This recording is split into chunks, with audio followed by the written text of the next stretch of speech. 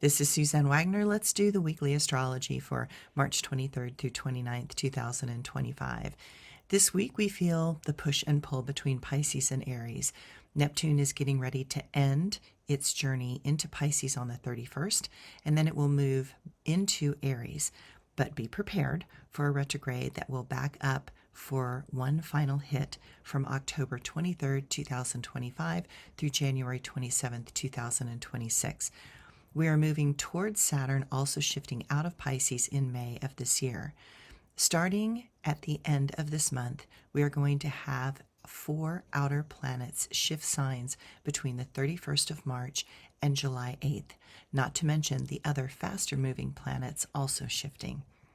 That is a lot of energy unfolding, so we might as well decide to surrender now and recognize that we sit at the threshold of a new existence.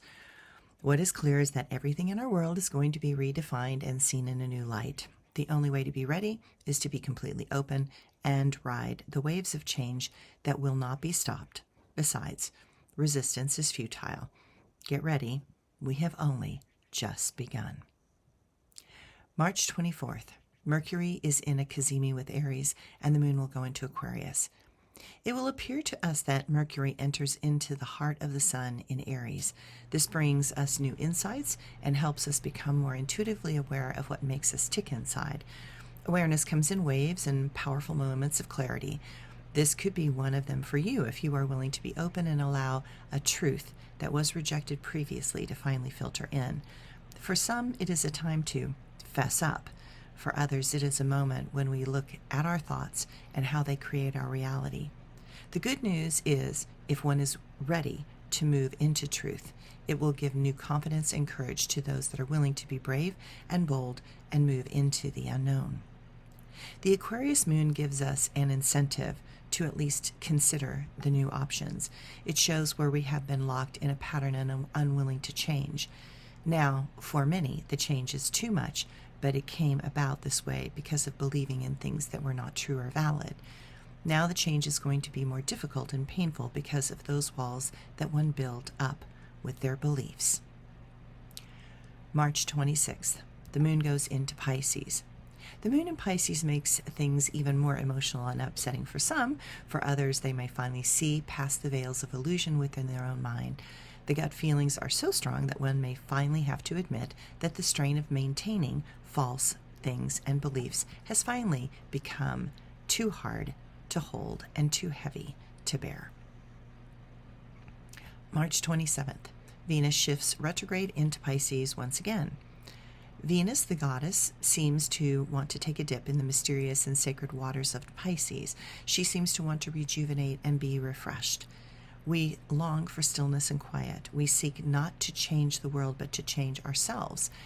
Our hearts need a moment to regroup and to come back to the love that is so very important and essential for sanity and clarity.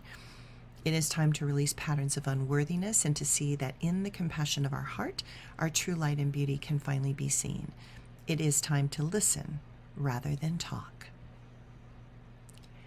March 28th. The moon moves into Aries. With the moon going into Aries, there is no more time to waste. There is time to get going on all those ideas and move us out of the stagnant patterns of fear and into the ways that are proactive and unwilling to settle for anything less. March 29th. The new moon, solar eclipse, and the retrograde Mercury goes into Pisces.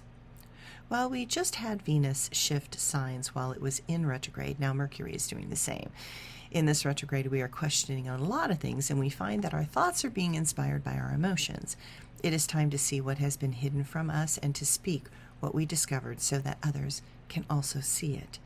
This is a moment to pay attention to your dreams. Something from deep inside is attempting to get your attention. The conscious and unconscious minds are attempting to merge and integrate into new ways. The earlier lunar eclipse was a humdinger, but this one today is not without punch. It is acting to push us and actively interrupt patterns that used to be our safety nets and force us to see the collapse that is unfolding. Everything in our life will have to be recalibrated. Think of it like relying on the electrical grid. Now, to now moving everything in your house to solar. There are many steps required to make that happen. Many systems will have to change to allow that to be successful and to stand the tests of time. The new moon in Aries intends to catalyze us into a new domain. It intends to collapse many things and force us to move in a new direction. It is trying to activate our desires and passions and move them into actions that will allow for inspired movements that come from our creative and intuitive side that want to move out of the realms of dreams and into the worlds of manifestation. We are in a moment where there will be much asked of us over the next 6 months. This week sets the stage for what is yet to come and what is yet not clear. It is important to see the sacred in all things, even this moment. It is important to see that this was what it was going to take to open closed hearts and minds. It is important to see who and how our foundations were eroded away bit by bit, piece by piece. It is important for those that contributed to this reality to finally feel the burden of karma that they have taken on. Listen to your heart and follow the promptings of spirit that are calling you to awaken to your highest self. Recognize that you're being tested to see if you will rise to this moment in time.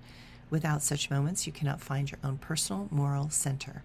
Without these times, we cannot remember what is really important. We are being asked to reconsider what we used to believe was our identity. We are being asked to strip away attachments to those that only cause more harm and suffering. We are being asked to follow something very new to unfold.